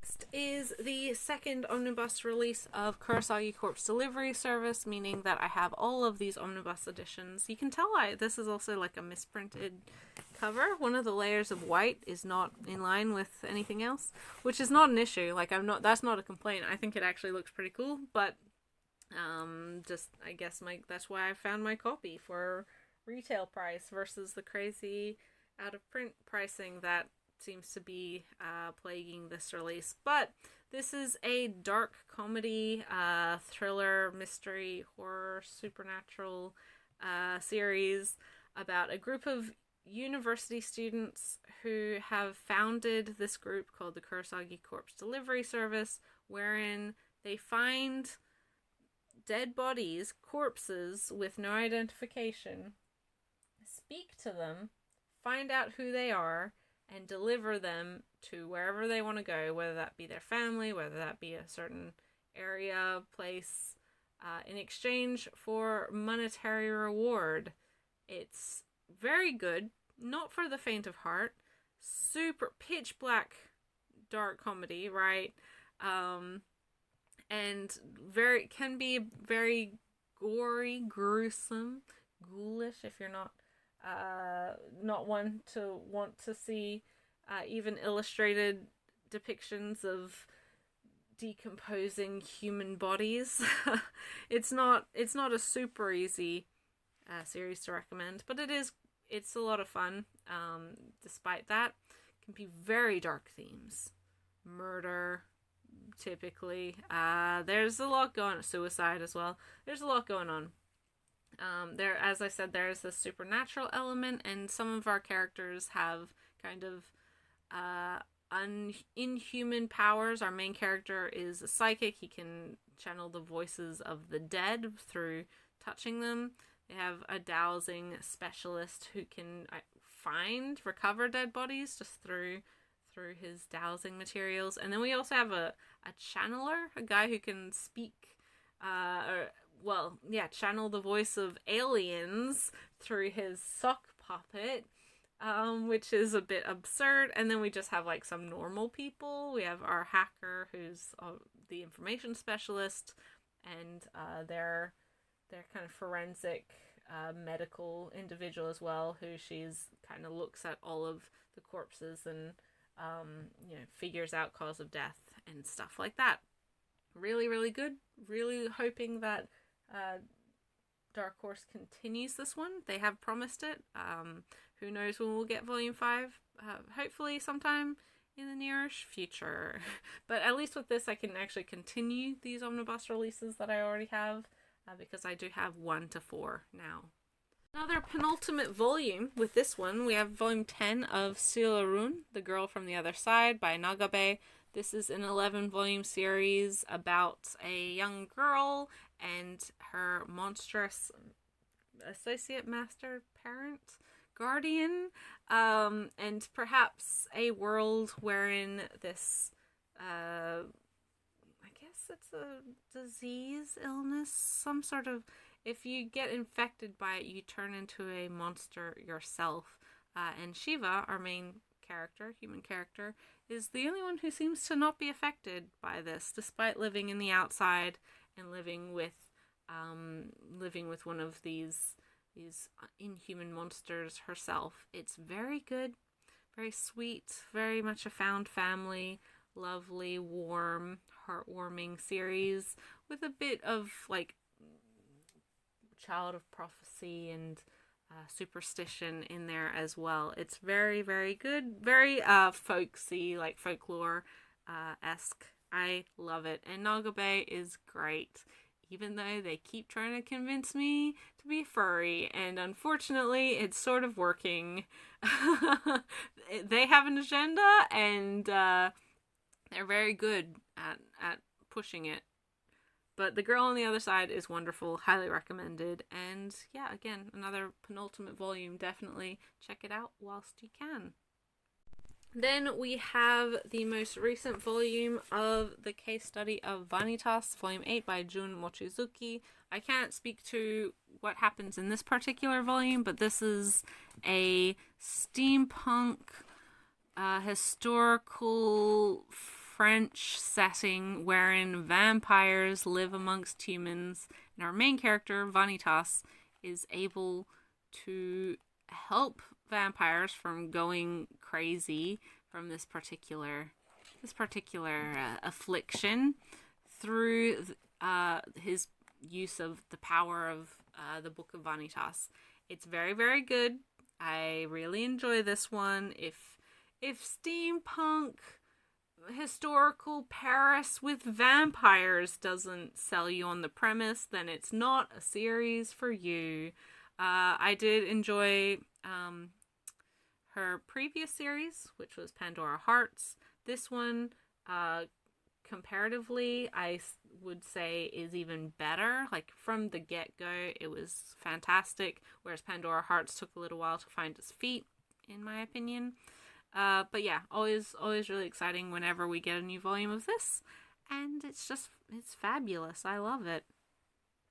Another fantastic ongoing series, very funny, very lovable, very sweet, very popular as well, is Volume 5 of Spy Family by Tatsuya Endo, an ongoing comedy series about a spy, an assassin, and a little girl with the power to read minds who are just one crazy family, fake family, found family. It's fabulous. I love this series so much. It's hilarious. Anya, the little girl, it just steals the show. I highly recommend this series. Definitely check it out. If you don't want to buy the books, check out the series on either Manga Plus or the Shonen Jump app. It's wonderful. And despite kind of a gimmicky premise wherein both of the parents of this family are hiding a secret identity and are in this fake marriage to, carry out a mission, and they don't know their secret about each other, but their daughter knows everything because she has mind powers, but she just thinks it's super cool, and shenanigans ensues. Although the premise seems like it wouldn't last or be sustainable for a long time, it's actually really, really well done and continues to be hilarious. Just the funniest thing. Oh, I laugh every single time there's a new chapter. I'm caught up with the series via Shonen Jump, the app, and it's really, really great, and continues to be wonderful. I cannot recommend an ongoing series as highly as Spy Family, especially if you like comedy action and found family and like fake marriage to real marriage and all of these sorts of things. It's just lovely. It's just super good. Another penultimate volume for this month. Man, I guess all of my favorite stuff is getting close to the end. But this is volume 44 of Haikyuu, my favorite Shonen Jump sports manga by far. One of my favorite Jump titles, just full stop. 45 volumes in Japan. Fantastic volleyball sports manga about Hinata, who is a high school student who fell in love with volleyball, but is just short, so not exactly the first pick for the team. But he's so inspired by another short player that he sees on television that he decides he wants to become the best volleyball player that there is. Well, not even that he just wants to play volleyball. He loves volleyball. He just wants to play as much as he can. And this is the story about him trying and succeeding in doing that. And I love it so much. I cried at the end. This is one of those... honestly, I would say that this is one of the best Jump series in years. Especially the ending. Really strong ending. The entire final arc is fantastic. And in ways that are very typically kind of the weak point for some sports series of like what happens after high school. Like what happens after you win the big competition, right?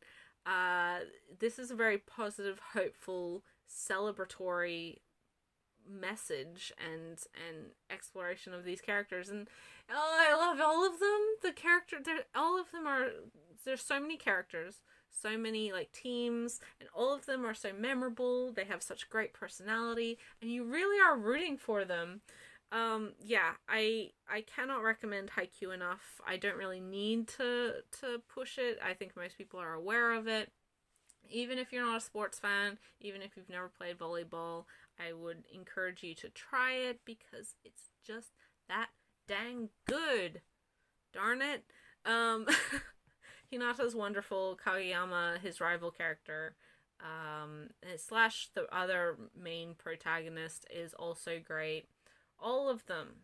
All of the characters are great. And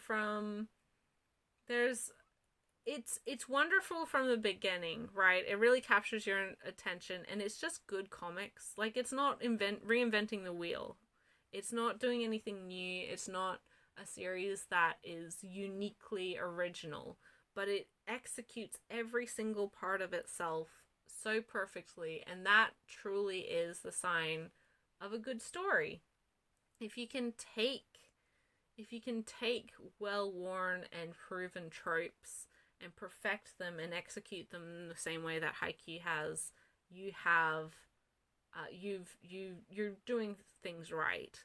I love the series so much, and I can't wait to get the final volume and reread it all again in like 2 days and then cry. I encourage you to check this one out as well. It's again available on the Shonen Jump app.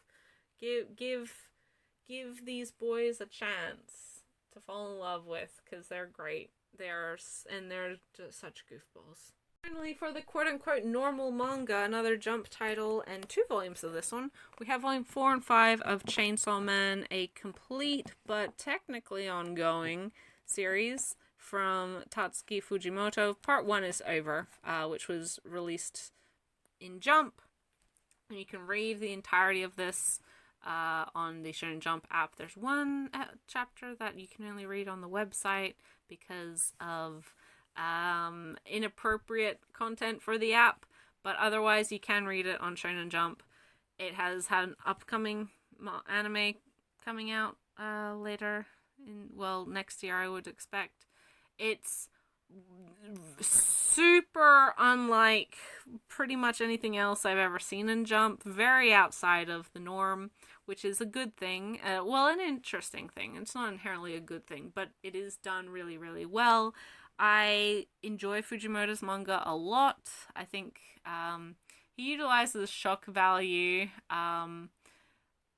very highly, especially early on, and this is much more tame than his other major series that we've gotten in English, i.e. Fire Punch.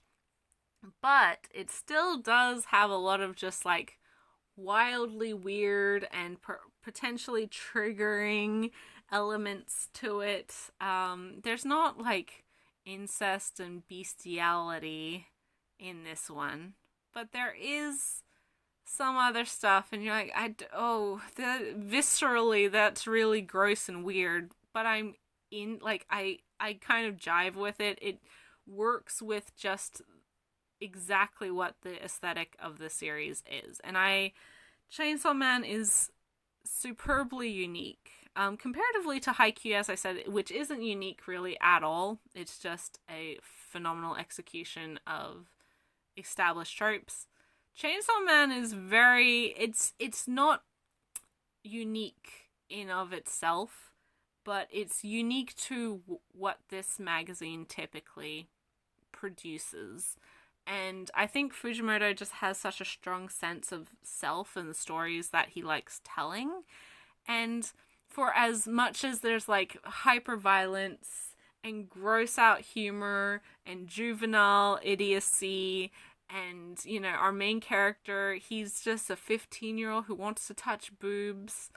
It's also really heartfelt and lovely and hopeful, and like it's bleak and terrible, and it's a real testament to survival and the human condition of survival. And both this and Fire Punch, I would say, have those elements where these aren't inherently good people. These aren't good they're good characters, but they're not good people. They're not making quote unquote morally correct judgments all of the time. But that's because they're making decisions that will mean that they survive a situation, that they will live to see another day, that they will be able to sleep at night in themselves and not become a martyr. And I think that's a really powerful message. It's not something that is celebrated because it's hard. It really calls to question a lot of like, well, would you sacrifice someone you care about for the sake of the rest of humanity? Could you make that decision? Are you truly that selfless? Or are you a selfish person who wants to keep the people you care about close to you? Who wants to, you know, you don't care about what happens with the wider world just so long as you and yours are happy. It's so good. It's so good. And I look forward to continuing to collect this. And I look forward to the anime, although I am leery of Mappa's work situation, but I assume it will be good. Considering what we've seen of it so far, I will make the assumption that it will be good. And I do think it's a deserving series to be good, right? Yeah, Chainsaw Man is phenomenal, fantastic, really, really interesting comics, and I love it. So happy to have it. Next, we have some BL manga. We have volumes 1 and 2 of I Cannot Reach You by Mika. This was recommended to me by a couple people, namely because I am a big sucker for childhood friends to lovers. I've only read volume 1 so far, but dang, yep, I'm a sucker for childhood friends to lovers, right? These are two childhood friends, very different personalities, but one who's harboring a secret crush for his best friend, the other who's a bit naive and unaware of his friend's feelings for him, who's, you know, just a bit lackadaisical and bit of an airhead. Meanwhile, his friend is like the cool, stoic, popular guy who's like that pained, horny grip. Like, oh god, I can't admit my feelings, but I'm just harboring so much love for my best friend, and man, that sure is my thing. It's wonderful, it's really sweet. This is put out by Yen Press, and yeah, nice to see more BL coming out from a more diverse range of publishers. Yeah, what else? It's pretty much exactly what you expect with this sort of series. Bit of a slow burn, not explicit whatsoever as of right now, and I like it. Thanks to everyone for the recommendation. It's really good. So yeah, I Cannot Reach You by Mika. We have another debut / one and done. Like, it has a sequel volume, which is titled Volume 2, but this is like the complete story of this particular book. Put out by Kodansha, and this is My Summer Review. Volume 1, The Summer Review by Nagisa Furuya. Again, childhood friends to lovers. Story of two high schoolers who are friends. They're, again, opposites attract, kind of very different personalities. They bonded in their first year over their shared love of movies. But we discover that maybe they've known each other for far longer. And after one admits their feelings to the other, drama ensues when he moves and he doesn't tell the other about that.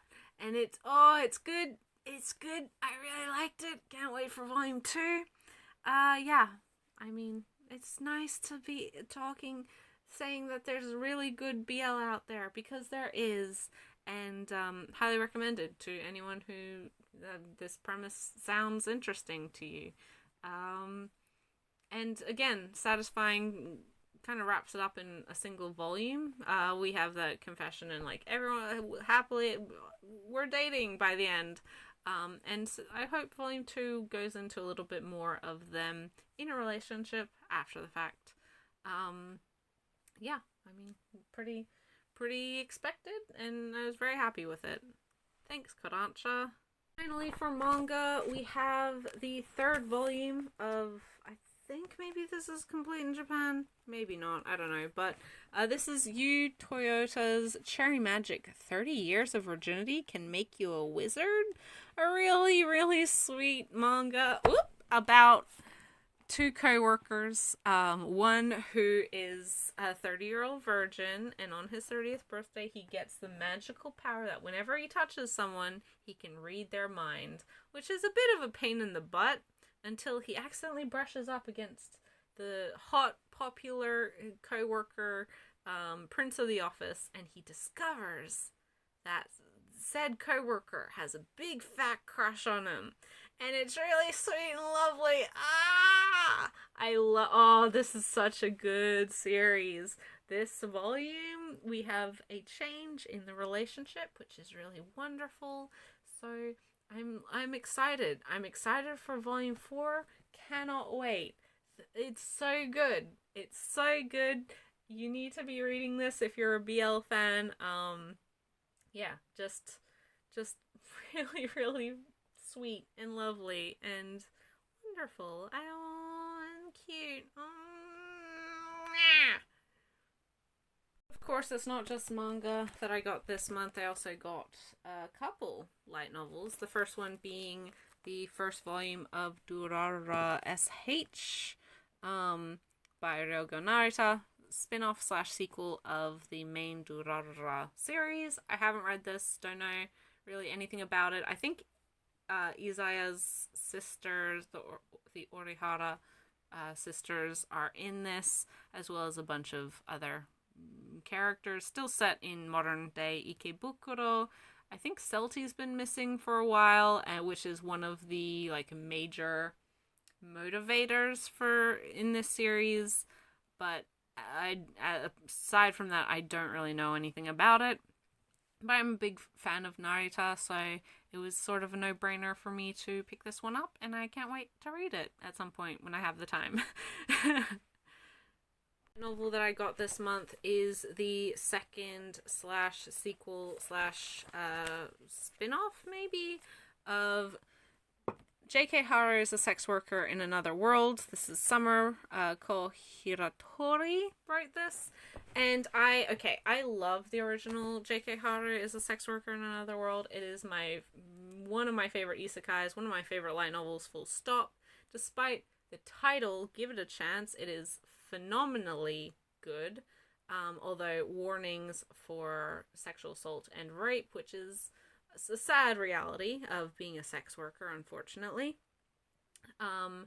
But this is an isekai of a high school girl who gets sent to a pretty shitty fantasy world wherein there's not a lot of options for girls, and so she takes the one that will give her independence, allow her to earn some money, and uses some skills that she already has, and that is sex work. She's also sent to this world with one of her classmates who's much more a typical isekai protagonist. He's a bit of a pain in the ass, and she doesn't like him very much. They were never close. She was very, just a normal girl, quite popular. She had boyfriends and things in the past, so she was living her life was fine, So now she's really having to adapt, but she adjusts really well to her new life as a sex worker.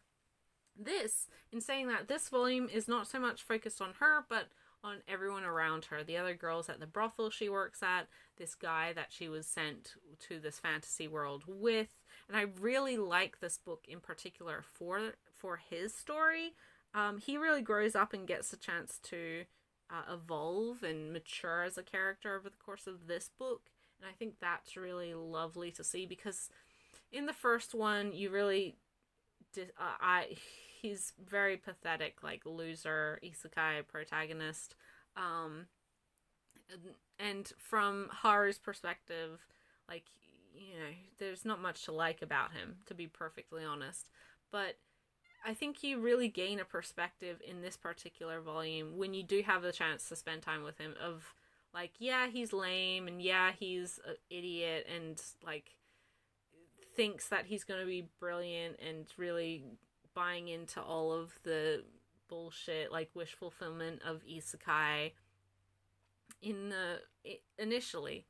But he also is like a 16-year-old who's died, lost everyone he knows except for one classmate who doesn't particularly like him.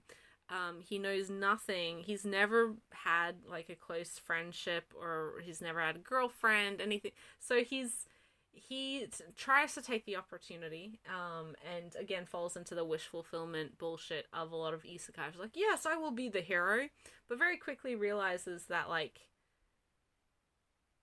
just he's not that, and just because he's in a new place doesn't mean inherently that his personality's changed and that he will automatically like be super popular and wonderful, and that maybe his interest in wanting to stay, you know, in connecting with Haru and hanging around, and trying to be this hero is because he is just like scared and lonely and sad, and it's like, it is really refreshing to see that sort of vulnerability, especially in a male character in the isekai. But yeah, phenomenal. Comparatively to the original, there's like no sex in this, whereas there is a lot of sex in the original. Very clinically written, so it's not like sexy sex. But there's nothing in this one. Very little, if anything. I may be forgetting one or two moments, but I don't think so. Really, really wonderful. Highly recommend it. One of my favorite light novel series. Have some novels, actually the same book that I bought twice, both hardcover. One is the UK/Australian English edition, the Puffin Books edition. The other is the US edition, the Deluxe Press edition. Don't ask me why, except for I don't know. I guess I'm just a crazy person. And that is the newly released Kiki's Delivery Service by Eiko Cardone. This is the US release. This is the Australian/UK release. You know, junior/middle grade fiction about the girl witch Kiki, who has to go and, you know, grow up and find herself in order to become a proper witch. What's the novel that the Ghibli film is based off, and I haven't read it yet. New translation by Tristan Bellaziari. I always stumble over his last name. Coincidentally, the same translator as J.K. Haru. And I really love his work. I look forward to reading this. The only reason I knew this was out because I saw that he was tweeting about it, and I was like, hey, that's cool, I'll check that out. And somehow I ended up with 2 copies, because that's just how I live my life, sadly. Yeah, I will sit down and read this at some point. Probably not both the copies. I'll just stick with one, because I assume it's the exact same translation. Just one has U's in certain words and S's instead of Z's in other words. We'll have to see. Some other bits and bobs book-wise. I got two books from this publisher. Both, I guess, sort of academic texts. I'll actually adjust the camera a little bit because these are a little bit tall. I was aware of one of them, which is why I was looking it up. And then I discovered the other one on their website when I was looking it up. This publisher normally puts out analytical essay collections and things about video games and video game lore and things like that, which is pretty interesting. But like I have no stake in the game when it comes to video games.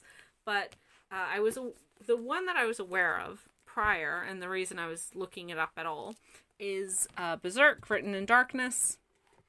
This is a book put together by Quentin Alt 236 Burton, obviously a fan of Berserk, and I think has a YouTube channel. He's a French guy, but basically chronicling all of the historical and mythological influence that Berserk utilizes in its series, which I think is fairly interesting. The other that I wasn't aware of, but I am interested in reading, is Remy Lopez's The Impact of Akira, a manga revolution, which is, of course, about the various influences and various themes and stuff in Akira, and I presume its impact on stuff thereafter. I haven't sat down and read these yet. I don't know when I will get the chance to, but I do look forward to getting into them because I find this sort of thing interesting. They can be very hit or miss.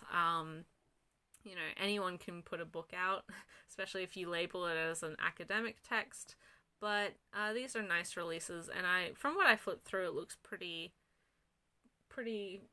well done. So I have high hopes. Academic text, and this one is actually an academic text. It's a university press book. And this is Kyoto Visual Culture in the Early Edo and Meiji Periods, the Arts of Reinvention. And I kind of stumbled upon this, namely because I don't remember who was tweeting about it, but one of the editors was talking about how you could get a copy of this for $10 on Amazon. And I was like, that sounds like a topic that's interesting. I don't mind paying $10 for that. And I did. And it was an Amazon, like a US Amazon only deal. So I bought it through my proxy, which is why I only got it now. Again, don't know when I will sit down properly and read this. But I find this stuff all very interesting. So I'm a bit of a historian. So I do look forward to giving it a shot and hopefully getting some education, being a bit more informed after the fact. I look forward to getting into this one at some point.